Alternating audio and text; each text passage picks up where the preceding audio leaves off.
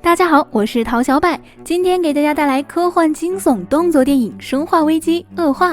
保护伞公司研究的 T 病毒遭到泄露，浣熊市丧尸泛滥不可控制，政府投放原子弹摧毁这座10万人的城市，保护伞公司因此股票大跌，导致破产。这时，威尔制药公司决定在哈瓦德维尔市建立疫苗项目，并保证浣熊市的悲剧不会上演。议员戴维斯表示支持此项目，引起市民的强烈抗议。人权组织部门成员克莱尔坐飞机来到哈瓦德维尔市，接机的阿姨带着小女孩瑞妮已经等候多时了。阿姨出门叫出租车，让克莱尔带着瑞妮等一会儿。这时，一个戴着帽子、低着头的男人在保镖陪同下走了过来。瑞妮指着这个男人大叫：“他是议员戴维斯！”抗议者假扮的丧尸走了过来进行抗议，克莱尔上前揭穿他，保安赶紧把他抓起来。这时，另一个人也晃晃悠悠地走过来，保安还以为是个假丧尸，没想到刚走过去就被咬住脖子。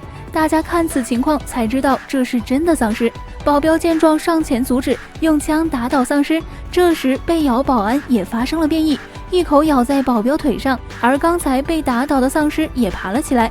人们见状顿时乱成一团，慌不择路。众人逃散时，一个长发男子不小心撞了克莱尔一下，引起克莱尔的注意。就在这时，一架飞机上的一名乘客感染病毒发生变异，最终导致飞机失控冲进机场大厅。克莱尔被震倒在地，起身后发现飞机上的乘客都变成了丧尸，陆续走下飞机，开始攻击他人。警方跟军队联合控制机场，并封锁全部出入口，建立起临时军事基地，确保病毒不被扩散。这时，议员戴维斯的求救电话打了过来，并声称一共4人被困机场 VIP 休息室。于是，警方派出特工里昂协助警员黄毛姐和酱油哥前去营救被困人员。里昂告诉黄毛姐和酱油哥，丧尸会攻击任何人，只有射击头部才能杀死他们。镜头一转，3人顺利来到机场1楼。在这里，他们听到了丧尸们的丧歌。黄毛姐出于好奇，独自上前查看。打开门，她看见里面躺着一个人，于是赶忙上前扶他。不料这个人已经变成丧尸，张口就要咬他。危急时刻，里昂赶到，及时救下黄毛姐。这时，房间里的其他丧尸听见声响，也都站了起来。赶来的酱油哥疯狂射击，丧尸被击倒在地，又缓慢爬了起来。黄毛姐这才意识到事态的严重性。在 VIP 休息室内，克莱尔听见有人高喊救命，于是拿起一把伞当武器出门营救。在走廊尽头碰见里昂，里昂帮他解决掉身后的丧尸。随后，一行人来到了休息室。因为这些丧尸行动迟缓，且大厅比较空旷，所以里昂决定带着大家从那里直接逃生。众人一路厮杀，缓慢前进。酱油哥不幸被丧尸咬到，知道自己也会变异，于是决定留下殿后，为大家争取逃生的机会。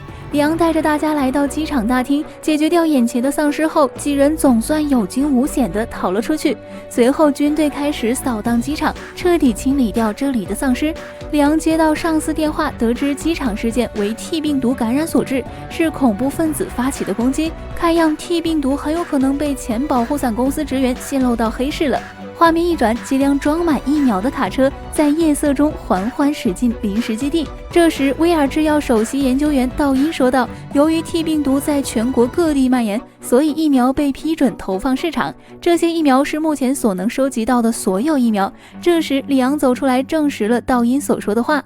夜里一声爆炸打破这里的宁静，装满疫苗的卡车全部被炸毁。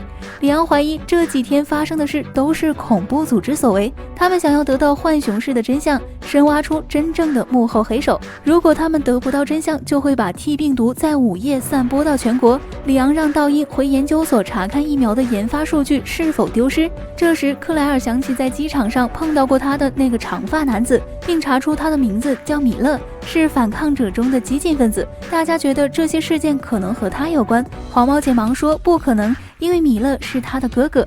几个人商议决定，黄毛姐带着里昂去找米勒，克莱尔则跟随道因回研究所查看疫苗数据。没想到黄毛姐带着里昂来到米勒家时，这里已经被大火吞噬。黄毛姐捡起掉落在地的全家福，思绪万千。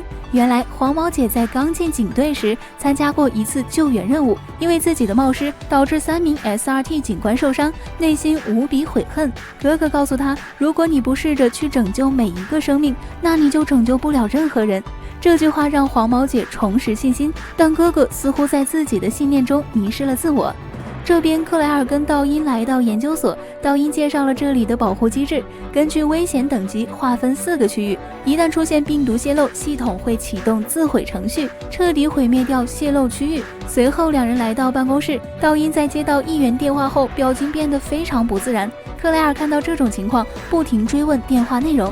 道因思考再三后告诉克莱尔，他跟戴维斯私下联合起来，从黑市获得了G病毒，并研发疫苗，获取更大的利益。而当年炸毁浣熊市，戴维斯就是其中的策划人之一。听到这里，克莱尔赶紧掏出电话，想要把这里的情况告诉里昂。就在这时，道因说道服务器出现了故障，说完后便起身离开。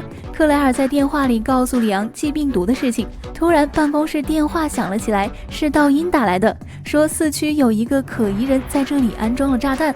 克莱尔走到窗前，刚看见米勒提着一个箱子走了出来，就发生了爆炸。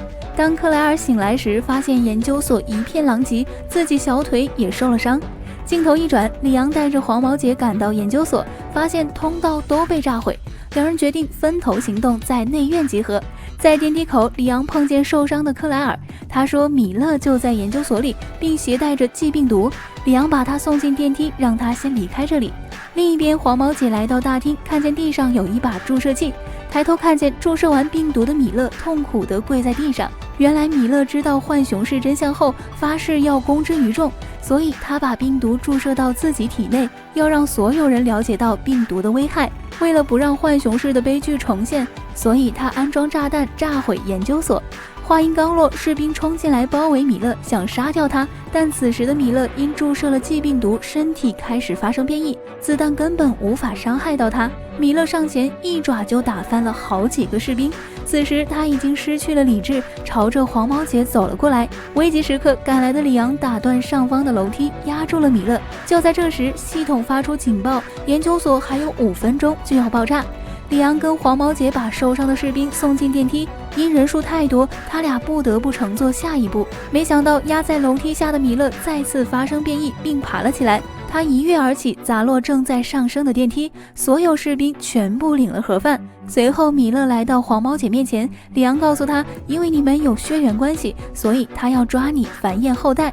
在爆炸的最后时刻，里昂带着黄毛姐跳入水池，这才侥幸逃过一劫。爆炸过后，保护机制自动开启，研究所将根据危险等级依次坠毁4个区域。里昂打破玻璃被水冲了出来，发现大厅已经坠毁，而米勒也正在朝着他们爬了过来。两人迅速往还未坠毁的0级区域跑。刚来到0级区域，里昂就被米勒一掌扇回了即将掉落的4级区域。里昂不敢耽搁，在坠毁前成功跳到了3级区域。另一边，米勒将黄毛姐逼到绝路，他看着掉落在地上的全家福，心底里最后一丝人性被唤醒，于是拼命控制着身体，不要去伤害黄毛姐。